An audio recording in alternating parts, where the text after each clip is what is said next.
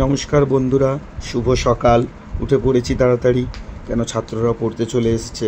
ছাত্রদের পড়া দিলাম, পড়া টড়া দিয়ে আজকে একটা ছাত্রীর নতুন ক্লাস শুরু হচ্ছিল, ওকে একটু নতুন সিলেবাস দিতে হতো, তাই জন্য এক ছাত্রের বাড়িতে আমি ভুলে চলে এসেছি, তো যেতে হবে।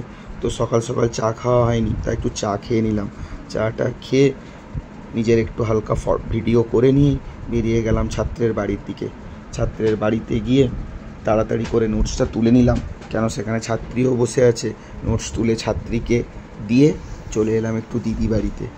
দিদি বাড়িতে এসে দিদি দেখছি কাজে ব্যস্ত, দিদিকে ডাকলাম। কেন, দিদি একটু কলার মোচা দেবে বলেছিল, তাই সেই কারণের জন্য দিদির বাড়িতে আসা। তো দিদিরা এটা নতুন বানিয়েছে, দেখো কেমন হয়েছে। বেশ সুন্দরভাবে দিদি সাজিয়েছে এই জায়গাটাকে, খুব ভালো হয়েছে। দেখে জানাও কেমন লেগেছে তোমাদের। দিয়ে আমি আর দিদি তো যেহেতু দুজনেই ব্লগ করি, তো সেহেতু আমিও একটু ব্লগ করে নিচ্ছিলাম, দিদিকে একটু দেখিয়ে দিলাম তোমাদেরকে। তারপর আমি আর দিদি করে চলে গিয়েছিলাম একটা মোবাইল কিনতে। দিদির মোবাইল ছিল না, তো সেই কারণের জন্য একটা মোবাইল নিতে হতো। ওর মোবাইলটা খুব খারাপ হয়ে গিয়েছিল। তো কিছুক্ষণ মোবাইল ঘাঁটলাম, ঘেঁটে আমাদের একটা মোবাইল পছন্দ হয়ে গেল, এই 13 Pro ফোনটা, রিয়েলমির। তো দিদি এই ফোনটাই নিল, খুব ভালো লাগছে কালারটা, নতুন লঞ্চও করেছে ফোনটা। তো দিদির এটা যখন পছন্দ হলো, দিদি নিয়ে নিল।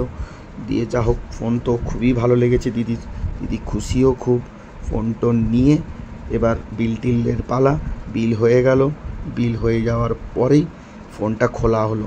ফোনটা খোলার ভিডিও তোমাদেরকে দিলাম। ফোনটা কেমন দেখতে হয়েছে তোমরা কিন্তু অবশ্যই জানিও। তারপরেই ফোন টোন তো নেওয়া হলো, কমপ্লিট করে আমি আর দিদি বেরিয়ে পড়লাম একটু চা খাওয়ার উদ্দেশ্যে। দুজনে মিলে ঘুরতে ঘুরতে একটু চায়ের দোকানে পৌঁছে গেলাম।